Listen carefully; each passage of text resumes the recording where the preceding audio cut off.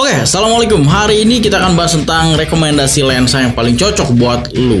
Oke, seperti biasa sebelum mulai kita kumpulkan energi dan let's go. AM to the PM, PM to the AM. If I quit your realm, I still rock with Satan's home. If I quit this season, I still be the greatest.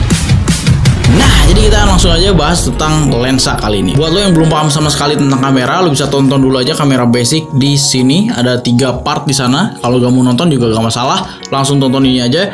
Gua akan bagi jadi 3 keadaan untuk pertama sekarang ya.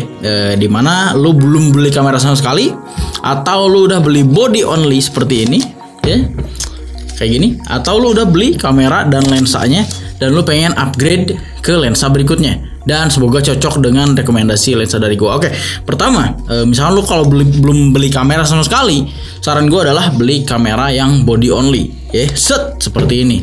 Beli kamera body only dulu, ya. Untuk rekomendasi kameranya, gue udah pernah bikin juga rekomendasi kamera, lu bisa cek di sana, ya. Tergantung yang mana yang paling cocok buat lu. Karena kali ini kita akan bahas tentang lensa. Jadi lensa yang paling recommended yang mana? Yaitu tergantung. Oke, sampai situ aja video kali ini. Oke, gak kayak gitu. Pertama, kalau lo udah beli body only seperti ini, ya, mungkin buat orang yang pengen simple akan dikasih dengan lensa kitnya seperti ini. Buat orang kaya yang kebutuhannya buat keluarga, foto-foto keluarga dan traveling segala macam, ini apakah udah cukup? Udah cukup sebenarnya, karena dia udah versatile, udah bisa di zoom, ya, dari 24 mili ke 70 mm, 105 bahkan yang ini, ya, jadi bisa di zoom. Ini udah cukup aman. Cuman yang namanya lensa kit atau lensa basic itu ya kemampuannya basic aja. Cukup aja cuma segitu gitu ya. Jadi nggak bagus-bagus amat juga, tapi gak jelek-jelek amat juga. Nah, buat lo yang belum punya lensanya, tapi lo tertarik nih dengan fotografi misalkan ya, lensa apa yang paling cocok buat dipilih? Yaitu 50 mili, ya. Ini adalah lensa 50 mili. Ini adalah penampakan lensanya, ya. Kenapa 50 mili? Karena ini lensa ada di semua brand kamera yang pasti gitu ya. Dan lensa 50 mili ini adalah lensa yang paling murah gitu. Ya, jadi lu bisa pilih ini, harga rentangnya sekitar 3,5 juta ke bawah gitu ya. Jarang banget 50 mili versi basic gini 10 juta juga ada gitu ya. Maksimal tuh 3,5 juta gitu ya. Ini dari Canon pun versi full frame-nya cuman sekitaran segitu. Bahkan kalau versi APS-C-nya kayak buat Canon 70D, 50D, 600D yang kayak gitu, atau Canon M50, M100 versi yang sensornya lebih kecil, itu biasanya lensa 50 milinya lebih murah gitu. Dan selain dari itu, kelebihan dari lensa 50 mili ini banyak third party lensa atau brand third party. Apa itu third party? Yaitu brand lain dari, bukan dari ininya. Misalnya ini Canon ya, ini kan lensa Canon juga. Ada lensa yang bukan merek dari Canonnya gitu ya, tapi mereka jual buat kamera ini, misalkan buat kamera Canon atau kamera yang lain. Itu ada harganya tuh jauh dibanding ini, jauh lebih mahal. Lebih murah Pak, maksud gua. Misalkan di versi APS-C-nya tuh dapat kita di kena 2,5 juta gitu ya. Tapi versi third party-nya lu bisa dapetin lensa 800.000, 700.000 gitu ya. Versi third party-nya bisa dapat segitu. Itulah keajaiban si 50 mili. Banyak orang menggemari karena harganya murah dan hasilnya bagus. Nah, buat teman-teman yang pengen fotografi model bokeh-bokehan kayak begitu, itu udah bagus banget sih dengan harga yang paling murah. Kelebihan, pertama kita akan masuk ke kelebihan dulu, prosnya. Kelebihannya dia itu kecil, ukurannya kecil seperti ini, ya, bisa dimasukin kantong. Dibanding dengan lensa bawaannya, ini jauh banget ukuran. Ini jauh lebih kecil gitu ya. Dan hasil fotonya bagus. Kita akan masuk ke kontranya lensa ini. Kekurangannya adalah gambar akan semakin ngezoom. Ini dia adalah hasil lensa yang gue pakai sekarang ini, 35 mm, dan ini hasil 50 mili. Yang mana pasti lebih ngezoom gitu ya. Itulah kekurangannya 50 mili. Apalagi di sensor APS-C yang lebih kecil sensornya, pasti lebih padat lagi gambarnya gitu ya. Itu adalah kekurangan di 50 mili. Selain dari itu juga kebanyakan autofocusnya tuh kurang bagus. Tapi bukan masalah lah, karena pada akhirnya manual fokus juga perlu lu pelajarin gitu ya. Gue selama setahun, 2 tahun awal, bahkan awal-awalnya YouTube dulu belum punya kamera yang sebagus ini. Gue pakai manual fokus Pak, gila-gilaan ya. Pakai tiang dulu sini tripod, fokusin dulu, baru gue duduk untuk talking head gitu ya. Tapi dari hasil-hasil yang dulu itu, skill seadanya, gue bisa ngasilin video-video yang ini dengan manual fokus gitu ya, dengan lensa murah 50 mili. Video-video kayak gitu Dan bahkan talking headnya pun itu pakai 50 mili ini.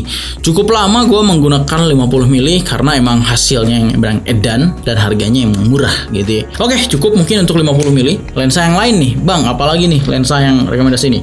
Yang salah satu yang paling favorit buat gue juga yaitu 16 mm. Ya, ini adalah 16 mm f2.8. Nah, F itu apa? F itu bokeh ya. Lu lah basic lah, udah ngerti lah ya. Ini adalah 16 mili. Apa tuh 16 mili gitu ya? 16 mili adalah lensa wide ya, yang lu bisa pakai vlogging buat kayak begitu, ngomong kayak gini, wide banget gitu ya. Apalagi di sensor full frame seperti ini akan dapetin lebih wide. Ini akan gue liatin 50 mili seperti ini dengan jarak yang sama. 16 mili dapatnya segini. Gila gitu ya, lebih luas lagi gitu. Nah, itulah 16 mili dengan harga yang emang lebih mahal sih pastinya. Dan peruntukan 16 mili ini menurut gua jangan lu beli dalam keadaan body only dan gini, jangan ya, karena 50 mili ini dipakai video daily pun agak ribet, cuman aman karena dia punya bokehnya bagus. Mau dijauhin kameranya supaya dapetin feel talking head dengan bokeh yang bagus juga bisa, mau foto-foto juga bagus. Tapi kalau lu punya satu lensa ini, menurut gua kurang worth it karena ini hanyalah lensa wide gitu ya. Makanya lebih baik lu pakai dulu ini kalau pengen wide gitu ya. Ini juga udah wide kok 24 mm, bisa di zoom ke 105 lensa kit gitu ya. Nah, ini adalah upgradean lensanya 16 mili. Harganya cukup mahal emang, sekitar 7 jutaan juga. Ini 16 mm dengan ukuran yang sama ya. Kalau dipikir-pikir gitu ya, ukuran segini ya. Ini 3,5 juta, ini 7 juta gitu ya. Apa-apaan gitu ya. Cuma mungkin gelas-gelas yang ada di dalam sini sedemikian rupa dibikin wide, itu mungkin bahan dan cara pembuatan lebih sulit, jadi lebih mahal, mungkin kayak begitu ya. Pro dan kontranya tentang 16 mm ini. Pertama, gue akan bahas pro-nya dulu. Pro-nya adalah wide angle. Dia yang pasti lebih luas, lu bisa dapetin segala macam jenis kebutuhan ya. Lo misalkan foto-foto landscape bisa, foto model pun dengan 16 mili itu bisa sebenarnya, bisa bagus-bagus aja sesuai dengan framingan lo. Teman-teman gue pas fotografi wedding pakai lensa ini juga bagus hasilnya gitu ya. Dan kontranya mahal itu doang. Sisanya udah bagus lah. 16 mm good investment untuk sebuah lensa. Anjing, good investment men bahasanya. Oke, berikutnya adalah 85 mm f2 85 mm bro. Ini adalah lensa edan, lensa dewa gitu ya. Dengan ukuran sebesar ini, mahal juga, ini 10 jutaan, tapi menurut gue sangat worth it. Awalnya gue sebelum punya ini kadang mikir apaan gue beli 85 gitu ya. Sementara di sini ada 50 mili yang vokalnya nggak terlalu jauh, tapi ya hasilnya sama aja gitu. Ini f1.8, ini f-nya 2, lebih kecil gitu. Tapi setelah ini dicoba, ternyata 85 itu adalah look yang paling gila, wah, sinematik banget pas dipakai B-roll gitu ya. Lu bisa lihat aja hasilnya. Jadi dia tuh feel-nya tuh ngezoom tapi keren banget gitu dilihatnya. Jadi feel-nya sinematik banget, ditambah slow-mo-an ada. Ini udah edan sih. Ini lensa edan banget buat fotografi apalagi. Feel 85 dan 50 itu wah jauh beda lah. Meskipun vokalnya nggak terlalu jauh, feel-nya yang didapetinnya beda pak. Pokoknya ini adalah lensa investment terakhir yang mungkin lu mau invest seharga 10 juta gitu ya. Makanya salah satu pilihan terakhir 35 mm f1.8 adalah pilihan terbaik kalau lu pengen ambil satu lensa, atau 50 kalau budgetnya minim. Kalau budget nambah dikit ke 7 jutaan, ambillah 35 mm f1.8 ini. Cukup buat selama-lama-lamanya lah. Lu mau weddingan di ruangan sempit juga bisa. Mau foto-foto model dengan bokeh-bokeh bisa. Lu mau ngambil wide banyakan orang tinggal mundur dikit bisa. 35 ini paling cocok buat full frame. Jadi itu adalah lensa yang paling cocok menurut gua. Jadi sisanya adalah tinggal lu mau invest lagi atau tidak, terserah. Gua akan kasih sebuah garis ke sini gitu ya. Dari lensa paling wide, misalkan kita ambil yang punya gua 16 mili sampai lensa paling zoom gitu ya. Kita taruh 100 mili gitu ya. Ada kan lensa 100 mili, pernah gue pakai juga di video weddingan gue. Nah, ini adalah garis lensanya misalkan. Nah, lu misalkan udah beli suatu lensa 50 mili gitu ya. Nah, misalkan di tengah-tengah sini ada 50 mili gitu ya. Nah, untuk investment berikutnya jangan beli 35. Nanggung gitu ya. 35 dan 50 gak terlalu jauh beda vokal lengthnya, makanya lu mendingan diinvest di 16 mili di sini gitu ya jaraknya. Jadi 50 16 wide dan medium, dapatnya enak gitu ya. Dan kalau misalnya lu mau yang lain misalkan tanpa ini ya, kita ambil 35 mili yang sekarang gua lagi pakai nih, 35 dan 85 gitu ya. Jadi jarak nih vokalnya nggak terlalu dekat gitu ya. Jadi lu punya dapetin 35 dengan feel yang medium wide, lu dapetin wide seperti gue ini ngobrol, dan 85 untuk zoom-zoomannya buat b-rollnya. Invest di dua lensa pilihan, yaitu jarak yang cukup jauh seperti ini. Nah kalau misalnya yang tadi jaraknya kan 50-16, 35-85 atau 50-100 gitu ya. Cuman kalau misalkan ada duit, beli semuanya, lebih enak itu. Jelas. Jadi ada 16, ada 35 yang gue lagi pakai sekarang. Sini ada 50, ada 85, dan sisanya mau 100 nambahin juga serah gitu ya. Soalnya lebih mahal harganya. Dan untuk kitnya sebenarnya jujur gue sudah 2 tahun tanpa pakai kit. Ini udah gak kepake Pak, udah hampir buluk ya. Kalau dilihat nih buluk banget gitu ya dari luar gitu ya. Dan kalau pengen lu rada khawatir juga, pengen takutnya nggak dapat momen nih, takutnya ada yang rumahnya kecil atau segala macem, ruangan tempat weddingnya kecil atau akadnya ruangannya kecil misalkan, takut lu bisa dapetin dulu lensa kit aja, karena ini pun sebenarnya sudah oke. Kalau dikombinasiin dengan lighting yang proper, lu cari arah-arah cahaya yang bagus, pakai 24 nih, pakai gimbal, set, good gitu ya. Pas akad dari jauh nih, set, good gitu ya. Ini udah enak sebenarnya. Dan kalau lu pengguna gimbal user nih, enak pakai yang gini ya, yang bisa di zoom. Ini disebutnya variable focal length. Nah kalau misalnya lu udah pakai yang gini, kontranya adalah lu harus ganti-ganti lensa. Capek juga, cukup capek. Meskipun gue handheld, lebih sering handheld, pas pakai gue pengen ganti, cek buka lagi, capek banget gitu ya. Ganti 16, ganti 35, ganti 85, cukup capek. Apalagi kalau pakai gimbal. Ya gue udah pakai nih 85 dengan setelan beratnya segala macam, udah balancing, pengen pakai wide.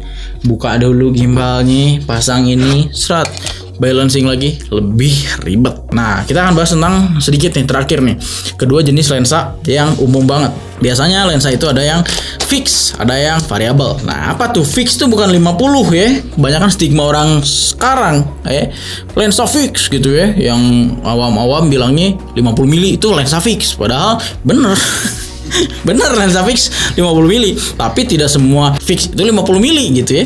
Ini 16 mili, ini juga fix, karena fix itu tidak bisa di zoom. Ini sudah fix focal length-nya 16 gitu ya. Focal length itu ini angka ini ya, 16 mili gitu ya. Ini fix 50 mili, ini fix juga 85 mili, fix gitu, udah ditetepin. Kalau ini bukan fix, ini variable focal length gitu ya, bisa di zoom. Dan sisanya nih yang lebih mendalam lagi, ada yang namanya variable aperture atau fixed aperture gitu ya. Nah kalau lensa-lensa basic bawaan kayak gini, kelemahannya aperture-nya variable. Jadi di 24 f-nya bokehnya 4, bagus gitu ya, angkanya 4. Di zoom ke sini 105, bokehnya naik jadi 7,1. Jadi nggak terlalu ngeblur gitu ya. Cuman ya tetap bagus untuk orang awam atau untuk kebutuhan biasa aja bagus. Cuman ya untuk yang profesional, aduh kok gini gitu ya. Jadi makin gelap, jadi bokehnya berkurang. Itulah kenapa ada lensa-lensa yang profesional yang ditandai dengan lingkaran merah. Itu disebutnya, kalau di Canon ya, itu disebutnya L series. L series itu lensa-lensa pro-nya lah, yang harganya mau di atas 30, 20 juta gitu ya. Bahkan ada 100 juta gitu ya. Ya untuk kita kayak begini, kayak gue, ya udahlah, kayak lensa kayak begini udah cukup. Sekarang jawaban yang tadi di awal tergantung adalah benar, tergantung kebutuhan lu. Ini ada beberapa lensa yang paling cocok buat lu. Yang mana ya? Yang seperti saran gue tadi, 35. Gitu, oke, segitu aja video lensa kali ini. Semoga bermanfaat buat semua. Komen aja di bawah konten apalagi tentang kamera yang harus gua bahas ya. Segitu aja. Grazie. Assalamualaikum and